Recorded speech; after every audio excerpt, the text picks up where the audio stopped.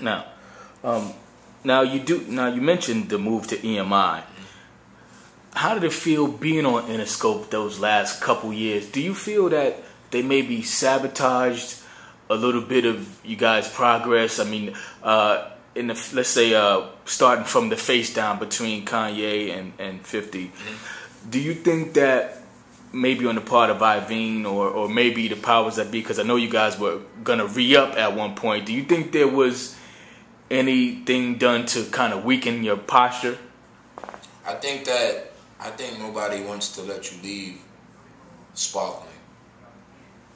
You know, it's like, you know, renegotiation times and things like that are coming up. Nobody wants you to walk out shining. You know, it just makes sense for renegotiation to have a reason to want to come back or give you a little stink. You know what I mean? So it's like, oh, you need us to a certain extent. I think that's something that only experience can teach you. You know, when you come into the game, like when my album came out, we could probably sold shit on the stick. You know, and you're blind, so you think that everybody else is making this happen for you. You know, you think everybody but yourself. I remember that distinctively. Like when my first album came out, I remember just thanking everybody and just forgetting that I put all the work in. You understand what I'm saying? Yeah. So I think that now, looking back on it, I realized that it was a business. This is and from a businessman, you shouldn't expect anything more than business. You want it to be a family. It's just like with LeBron situation. It's like when you join an organization, you become used to it. You'll be there for 4 or 5 years or whatever the extent may be. If within that duration they wasn't happy with you, you would be let go. You know, and sometimes you have to leave before that point happens. You know, and I think that me being independent was a beautiful situation. I never gave up on myself. You know, yeah, it was times where I felt like they didn't want me to. They didn't want us to move to a situation. You know, when your energy is at an all-time high.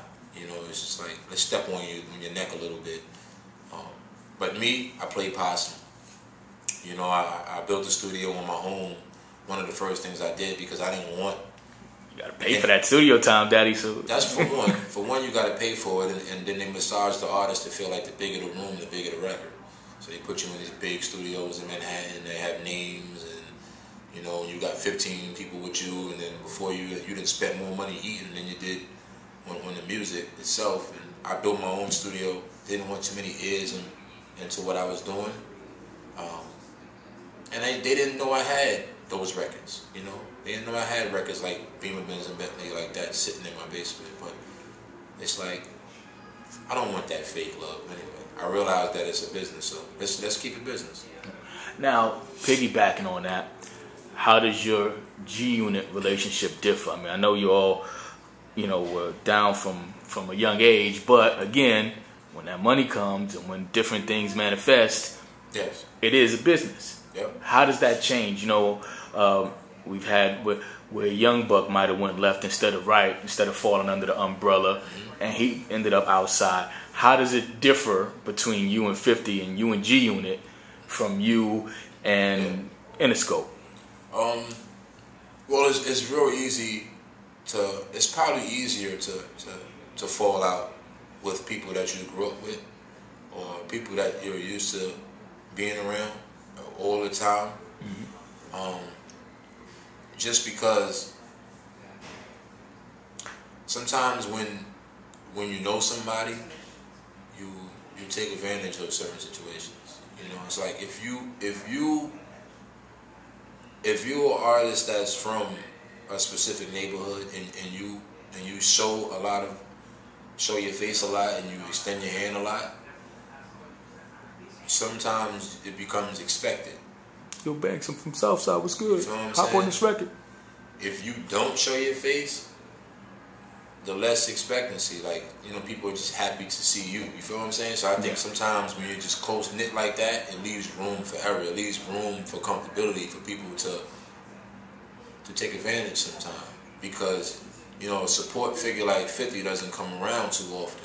You know, there's one thing I can say about 50. All artists have sat on his couch at one point in time. Like, all of the artists have been in this man's home where he lays his head at. You know what I mean? So he didn't have to have a close-knit relationship with his artist that way. You know, at the same time, the comfortability allows you to do things because you've been helped. In Buck's situation, he has, you know, he had money issues, and 50 extended his hand. You know, these are things that didn't have to happen.